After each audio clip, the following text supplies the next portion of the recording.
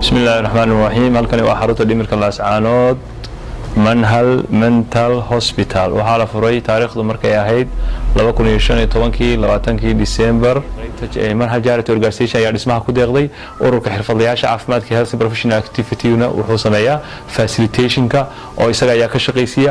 xaruntu markii hore waxay ahayd lagu bilaabay 6 qol, hadeerna waxaa lagu daray 4 qol, laba xafiis, mid xafiis mid farmasiya iyo 2 qol oo bukaan jiifa iyo jiko ayaa lagu daray. intaana waxaa loo fuliyay ururka health professional activity. ilaahay mahadiha ka gaadhay. daaladan hadii wuxuu saamixi kartaa kolba dadku maadaama dad dhibir yihiin inay iskaga madadaalo ku ciyaaraan waxyaalaha madadaalada shax wixii la mid ah si mararka qaar kood wax la yaqaan maxay u sameeyaan wax la yaqaan maxay maskaxdoodu ay habragti faaw sameeyso. halkan kale dad fiirsan wax la yaqaan maxay waa daaradii meesha qolaalku waa kuwan waa ilaa iyo dhowr qolka 2 3 4 5 6 qol weeye.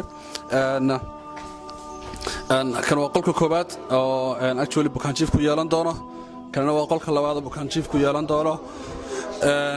kanna waa qol weyn oo hoola oo actually isagana lagu xarayn doono bukaan jiifka hadaad fiirsaan. waa qolka inta leeg baahi aanina loo fasirayn ayuu dabooli doonaa cusbitaalkani. waa cusbitaalkii labaad laga furo cusbitaalada manhal ayuu kani kii labaad ka yahay. kii Hargeysa ayaa kow ahaa aadna loogu liibaanay. kanina waa ku xigaa, kuwa kalena way sii socon doonaan. arrintan waxay u baahan tahay in la iska kaashado dadkoo dhani qayb kastoo yihiinba. waxaanu rajaynaynaa in lagu guulaysan doono.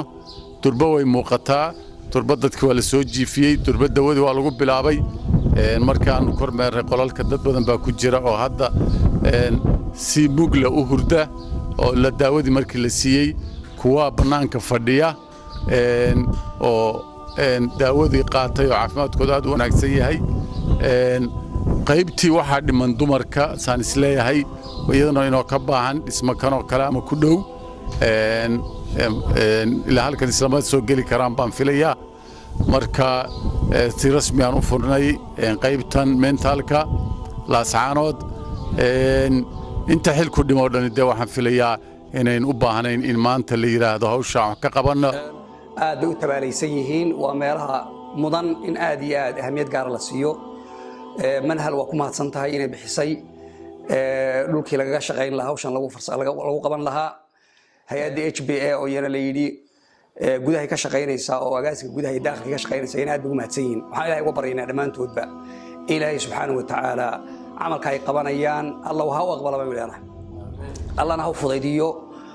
in badan oo hawl qaaday waa la arkaa, laakiin cidda ka soo baxdaana waa naadir. kuwa ilaahay u fudaydiyo shaqada daacad ka noqda baynu ilaahay subxaanahu wa tacaala weydiinaynaa. dadka ka shaqaynaya waa ku kalsoonahay oo dad aanu garanayno oo runtii ammaanadooda iyo maaragtay daacadnimadooda aanu aad u fahmayno.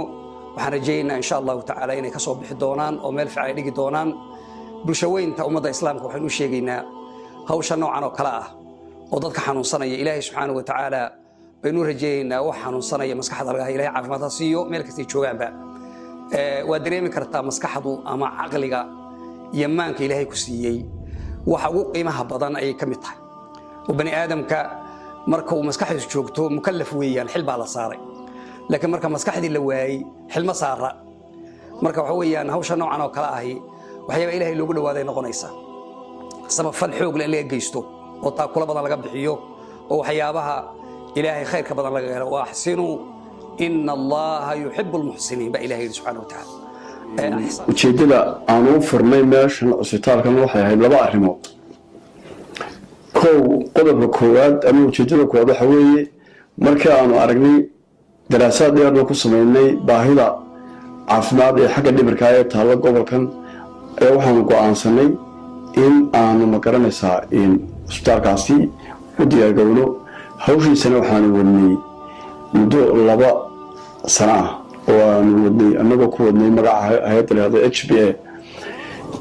qodobka labaadna waxa weeye inaanu tusno bulshadu inay iyadu wax qabsan karayso iyadoo aan ilaahay mooyaan cid kale wax ka sugin hay'ad iyo cid kale iyo waxba aan ka sugin.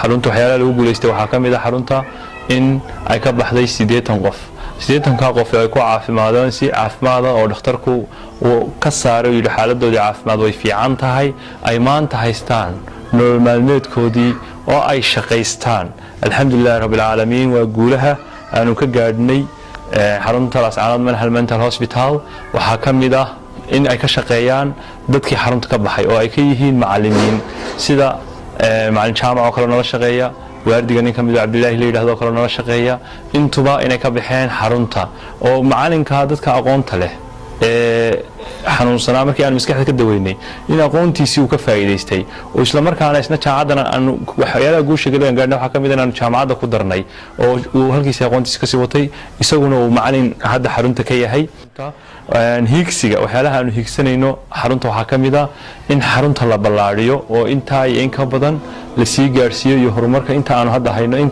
leeg iyo laba jibaarkeedba annagoo kaashanayna bulshadayada inaanu horumar gaarsiino oo aanu geyno meel kasta oo xarunta la oran karo horumarkeeda wax la taaban karo aanu ka dhigno sida haday farsamada gacanta aanu ugu darno haday tahay in iskuulka wax lagu baray ee xarunta dhexda ka furan la sii siyaadiyo macallimiin fara badan loo qabto haday tahay in position loo helo weyn hadda alxamdulillah positionka waa helay waxa naga dhiman inaanu infrastructure-kii dhisno oo aan doonayno inay bulshadu ka qayb qaadato waxana bulshadu iyada ayaa iskale ma aan ugu shaqeynayna anagu waxaan doonaynaa in xarunta laga qayb qaato haday bulshada tahay qurbajoog iyo daljoog oo dadku isku tashado isbitaalka dhimirka oo ay Manhal furtay waxaan leenahay waxaan mahad labaad u soo jeedinaynaa Manhal iyo Dr. Aadan iyo dhammaan howlwadeennada isbitaalkan oo runtii hawl muddo dheer lagu fakarayay oo dad fara badan maankooda iyo maskaxdooda ku jirtay inuu Ilaahay iyaga sabab uga dhigo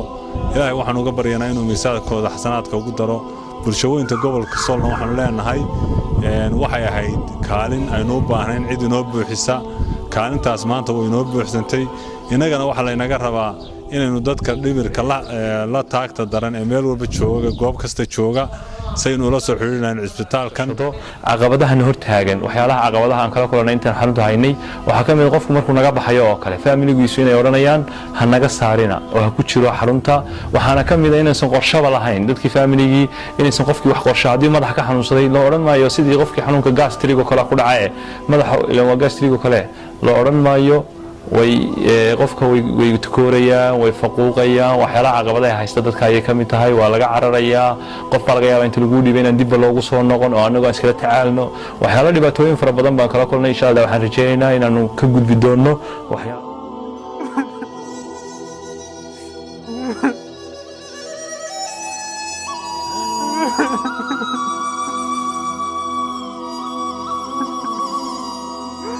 Ha ha ha.